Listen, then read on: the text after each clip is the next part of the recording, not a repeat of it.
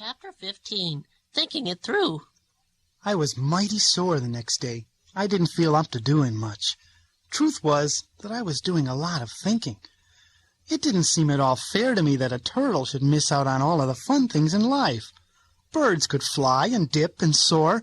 Rabbits could race and hop and run. Squirrels could climb and chatter and jump. And boys could do almost anything. It just didn't seem fair. I looked down at my legs. They weren't long legs, but they were good legs. Why couldn't they jump? Why couldn't they climb? They couldn't even run.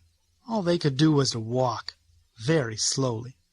I looked at my front, and there wasn't much of me that even showed. All of me was tucked away in the shell. I wanted a body that could move quickly, that could hold things, that could swing or fly or climb. And then I understood clearly. My shell was my problem. That was why I wasn't able to do all of those things that the other creatures could. Did a squirrel have a shell? Did a rabbit have a shell? Did a bird have a shell? I'd never seen one with a shell, and even though I'd seen many kinds of birds, then that was it. It was my shell that was the problem. Without it, who knew what I might be able to do? I began to wonder just what kind of a body I had under the shell. Was I covered with fur like the rabbit or squirrel, or was I feathered like a bird? Maybe I was smooth and fair like the boys. I liked the idea of looking like a boy.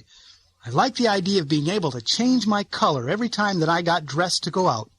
I decided that under my shell I would probably look like a boy, no fur or feathers. After all, my legs did not have fur or feathers, nor did my neck. The problem then seemed to be finding some way to get that miserable shell off my back. It was keeping me down. It was holding me back. It was preventing me from being the kind of being that I could be. Woody came to see me. I didn't dare tell him what I was thinking. Besides, I wanted to keep it as a surprise. Just think what it would be like to go swinging through the air on the rope and splash into the water, or go sliding down the slope on the flat thing. Then I could call out to the other fellas, "Hey, fellas, it's me, Pogo. Don't you recognize me without the shell? Hey, I got rid of that thing. It was too confining." Woody, would you do me a favor? Sure. I want you to take a real good look at my shell. Well, did you hurt it when you smashed into the tree? No, I'm all right. I just want to know how it's fastened on, that's all. See any hinges? No hinges. Any zippers? Zippers? No zippers. No buttons or snaps or hooks or anything? Nothing. It looks like it's on for good, huh? Looks good and solid to me. Why are you asking? Is it feeling loose or funny or something? No, nothing like that. Feels the same as ever. Just wondering, that's all. Woody shook his head. He didn't stay long. Later, I heard him talking to Flip. I'm really worried about Pogo. He might have hit his head even harder than we thought. He sure is saying some weird things. I didn't pay any attention to him. I was still trying to come up with a way to get rid of my shell. If it didn't hook, or button, or zipper, or hinge on, then it was pretty solid all right, and it seemed that the only way to get it off was to break out of it. But how? The next morning I decided that I didn't want to see my friends. I knew that they would be around to see how I was feeling, and now that I was looking better, that they would expect me to go right on doing all those silly, boring things that we were confined to doing. Well, I wouldn't do them anymore. If I couldn't be free to run and skip and climb and swing, I wouldn't do anything. It just wasn't fair. In a very bad mood, I started down the trail that led away from the creek bank. I had never traveled down it before because my mom and dad said that it was too dangerous for young turtles. The trail was bumpy, and I was pitifully slow. I walked, and still was so close to the creek that I could hear the gurgling of the water and the crying of the water birds. Boy, am I slow. If it wasn't for this shell, I could travel lots faster. Why, I'll bet I could run as fast as a rabbit. Po, wait up! What are you doing out here? Don't you know that this is a dangerous part of the woods? I know. I know, so stop, will you? I stopped and waited. Woody came puffing up beside me. He was just as slow as I was. But then he was another turtle. He had a shell slowing him down, too. So why are you following me? Well, I'm not following you. Really, I just thought, well, Flip thought, Flip sent me. Flip sent you? He said that he thought that you might need a friend to talk to. Then why didn't he come? Oh, he would have. I mean, he said, he thought that you'd maybe rather talk to me, because he said that he wasn't sure if you'd want to talk to him about things, and me being your best friend, he thought that you might want... Okay. You're here. Where are you going? Out. Out where? Who cares? Just out. But it's dangerous. You just said so yourself. Woody, grow up, will you? All our life we've been told it is dangerous. Dangerous how? Have you ever heard of anyone going into these woods and not coming out? Well, no. But that doesn't mean... Oh, cut it out. Now, what could happen out here anyway? My dad says there are animals in these woods who eat young turtles. You mean they might eat my shell? Po, from what I've heard, your shell is the only part of you that they won't eat. It wasn't fair. It just wasn't fair.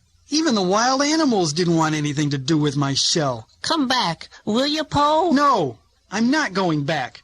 Not until I've found some way to get rid of this miserable, rotten, stifling shell. You can't get rid of your shell. It's part of you. That's the way we're made. It's the way Don't you see what it's doing to me? It's keeping me from having fun. I can't do any of the things that I want to do. There it is all the time, hanging right there on me, hemming me in, stopping all the... Po, you're no different than the rest of us. We all have shells, too. So, what are you going to do about them? Do about them? Well, nothing. Accept them. Accept them as part of me. That's just the way it is. There's no use fighting it. It won't change anything. Okay, if you're satisfied with being tied to that extra baggage all the time, then fine. Go back. Me, I'm going looking for some answers. I started off down the path. A quick movement beside the trail caught me off guard. Something much bigger than I snatched me up, threw me in the air, then let me drop with a thud, and using a long, pointed nose, rolled me around on the ground. Tuck in, Po. Tuck in. I pulled myself within my shell as far as I could pull. It seemed forever that the strange something was rolling me back and forth, this way and that, pawing me, sniffing me, digging away at my shell, but I just curled up tighter. I had never been so scared in all my life. After what seemed like hours, the strange creature, whatever it was, threw me aside and left me there where I had fallen. I still didn't dare to stick my head out. What if it was still around? Besides, I was on my back. I just hated to be on my back. Already I was dizzy and feeling sick to my stomach from it. I just laid there, shivering and shaking and feeling mighty thankful for the protection of my shell. Po, are you okay? Yeah, I'm okay. Help me flip over, will you? I was soon on my feet again. It felt good to know down from up. Boy, I was scared. I thought he had you, Po. Boy, if it wouldn't have been for your shell... Yeah, I know. We're just mighty lucky to have them, aren't we? They sure do come in handy when you need them. Well, what are we going to do now?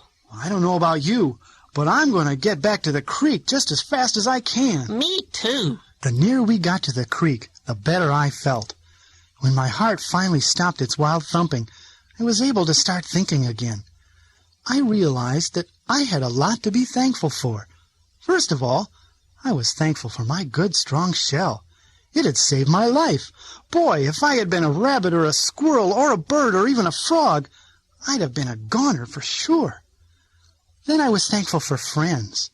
Friends who cared enough to worry about a guy when he was down. Friends like Woody and Flip. It was funny about Flip. He might be my toughest competition, but he was something more, too. He was a real good friend. Woody, what would you think of making Flip our new leader?